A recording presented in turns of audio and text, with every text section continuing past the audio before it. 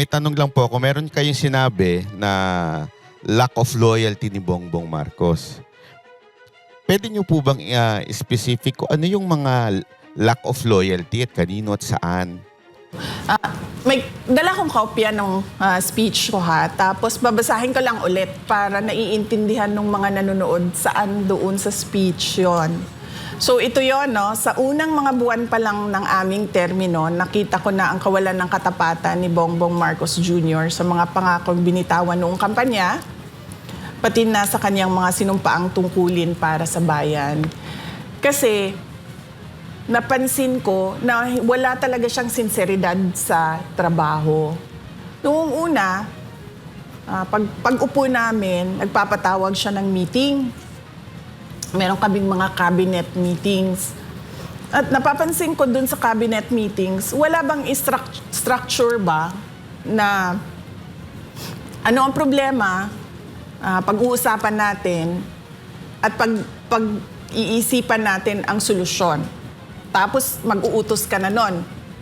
O ikaw gawin mo ito, o ikaw gawin mo ito, ikaw gawin mo ito. Sa susunod na linggo, ibigay niyo sa akin yung resulta ng ginawa ninyo base sa pinag-usapan natin. Ganun yun eh. Kaya nga may cabinet eh. Kasi meron ka iba't ibang opinion, iba't ibang experiences, iba't ibang kakayahan na mag-iisip para sa mga kailangan ninyong gawin. Mga ilang buwan siya nagpapatawag ng cabinet meeting. Tapos bigla sabi niya, ay hindi na tayo magka-cabinet meeting. Sabi niya, papatawag lang namin kayo kung may kailangan kami sa inyo. So doon ako parang, okay, so paano tayo mag-uusap kaming lahat, tayong lahat, mag-uusap-usap kung ano yung dapat na united effort natin sa mga kailangan gawin, sa mga prioridad ng administrasyon, kung hindi tayo mag-uusap. Bigla na lang nawala na ang cabinet meeting. Ito kasi simula pa lang po. Oo. Hindi ko na lang maalala ngayon kung mga ilang weeks ha, kasi ang cabinet meeting every week yan eh. So mga weeks, or sabihin na natin siguro 2-3 months into the term, biglang wala na, papatawag lang namin kayo. May sinabi po ba siyang dahilan? Bakit wala ng cabinet meeting? Wala siyang sinabing dahilan. So parang ako, nagulat ako na parang ganon. Tapos, syempre, sa akin, sa Department of Education, hindi po ba dapat yung Pangulo may vision siya? Ano dapat ang mangyari sa basic education mula 2022 hanggang pagkatapos ng termino, 2028. At syempre, sasabihin mo, kailangan ha, na pagkatapos ng 2028, ay yung susunod, meron siyang susundan na plano para hindi napuputol yung mga gagawin. Wala eh. Sinasabi ko sa inyo, lahat ng ginawa sa Department of Education, kami lang yun. Kami ng mga USEC, ASEC, Regional Director, Superintendents, mga teachers, kami lang ang nag-usap, nagplano, at nagbigay ng direksyon para sa Department of Education. Malamang, duda ko, kaya nakikita nyo na parang kalat yung governance ngayon, kasi ganun din yung ibang departments. Buti sana kung magaling lahat ng secretaries. Alam niya kaagad na, okay, sige, kailangan natin ng vision, kailangan natin ng plano, kailangan natin ng implementation. Paano pag hindi? 'Di ba? Tapos walang utos. Walang nag-uutos sa'yo na presidente at walang nagbabantay sa iyo na presidente. So yun yung na-disappoint ako ba na kasi akala ko mabilis, tuloy-tuloy yung trabaho. Tapos sasabihin mo sa mga tao, ito nagawa na natin, ito gagawin natin sunod. Mga ganon. Walang ganon na nangyari. Nagmi-meeting kami, example, nagmi-meeting kami for DOTR, infrastructure, sa mga iba't ibang big ticket projects ng DOTR. Napakahalaga nun. Kasi yung public transport natin, di ba? Sobrang one of the worst siguro in the world.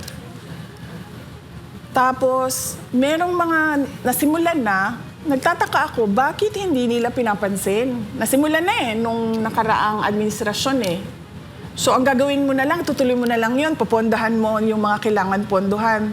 Tapos, magbebenepisyo na yung mga tao nun.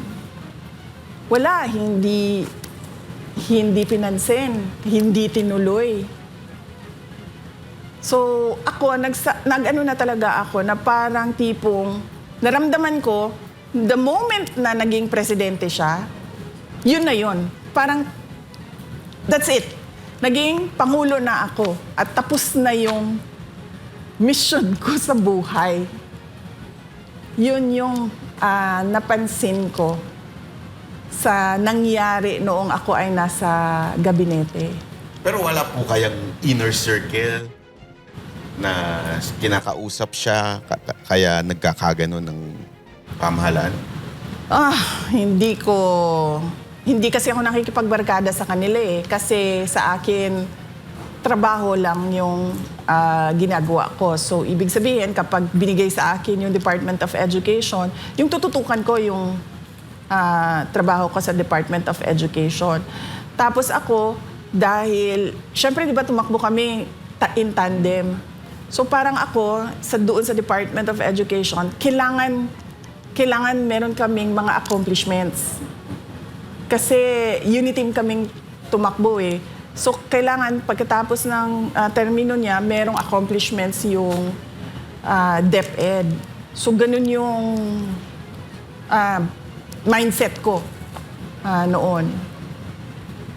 So, nung mga napapansin mo, VP, na parang teka, hindi na nagpapatawag ng cabinet meeting, tapos walang directions na binibigay sa inyo. Kayo lang, sarili nyong effort, yung ginagawa ninyo bawat ahensya ng gobyerno.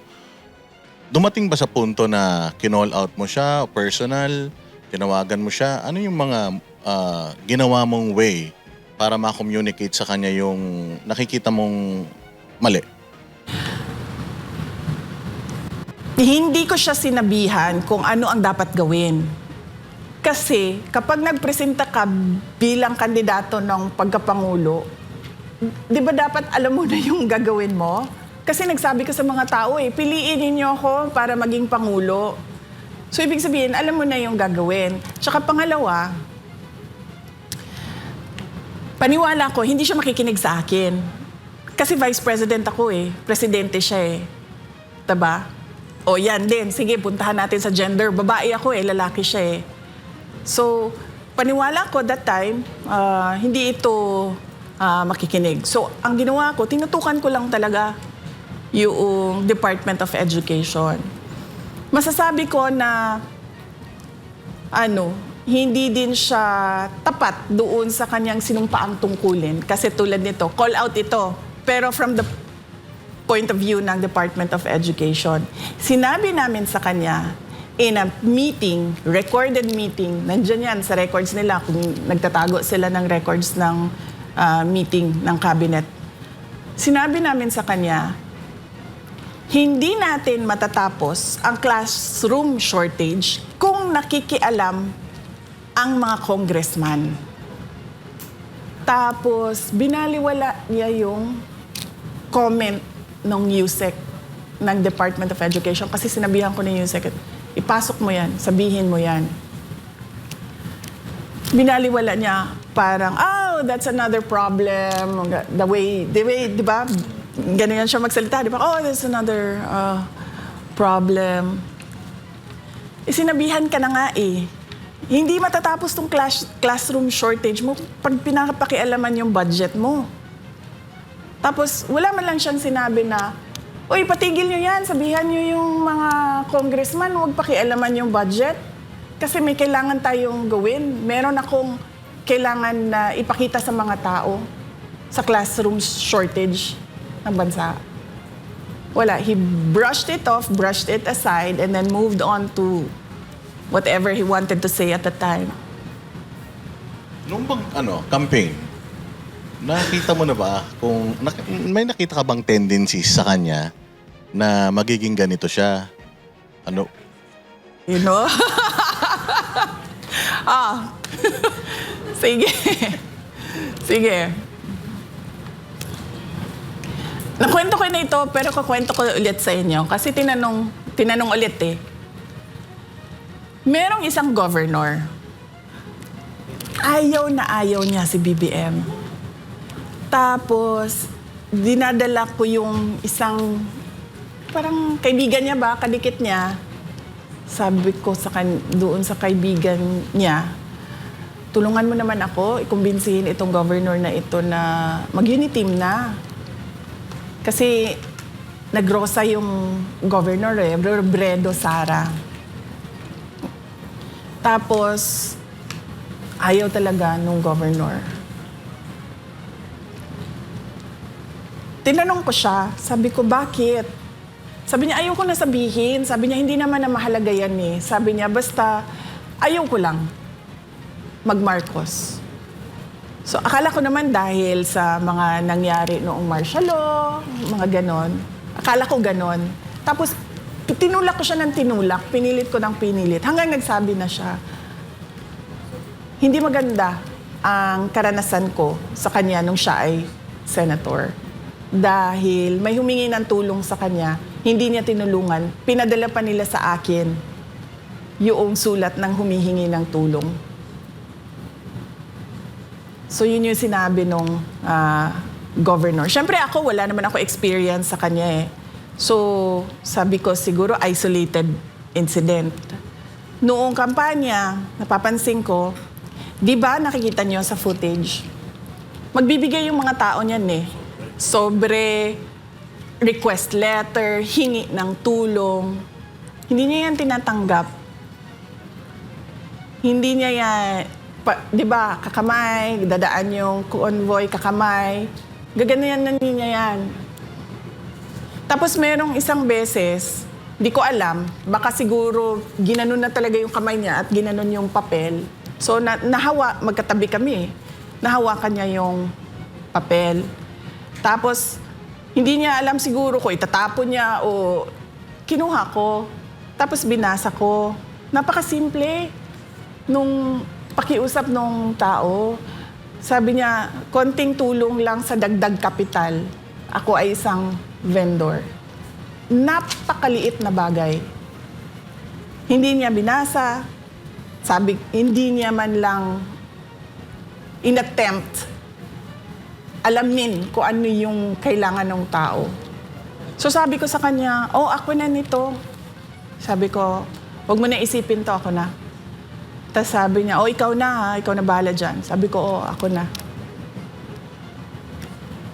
So yun, meron akong experience na ganyan sa kanya. Ma'am, kung alam mo na early on na may problema, bakit it took you a lot of years pa bago nagsalita, ilabas yung saloobin niyo sa kanya? Naglabas na ako ng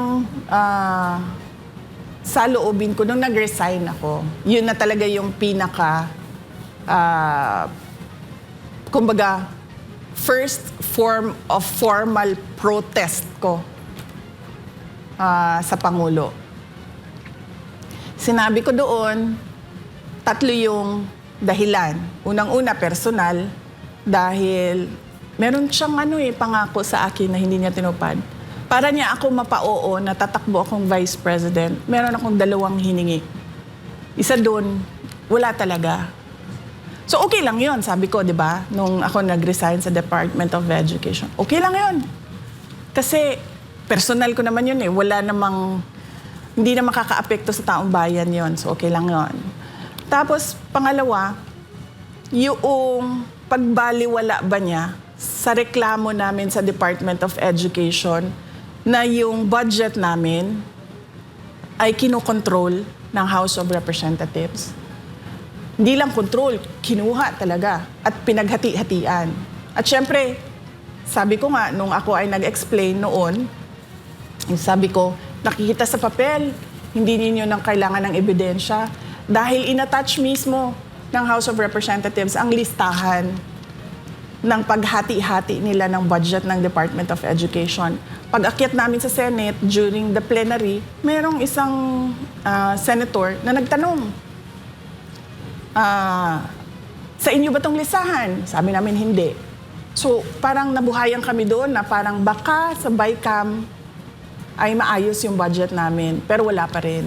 Kaya doon ko nasabi, sabi ko, 2 tao lang naman ang humahawak ng budget sa Pilipinas. Si Martin Romualdez at si Zaldico.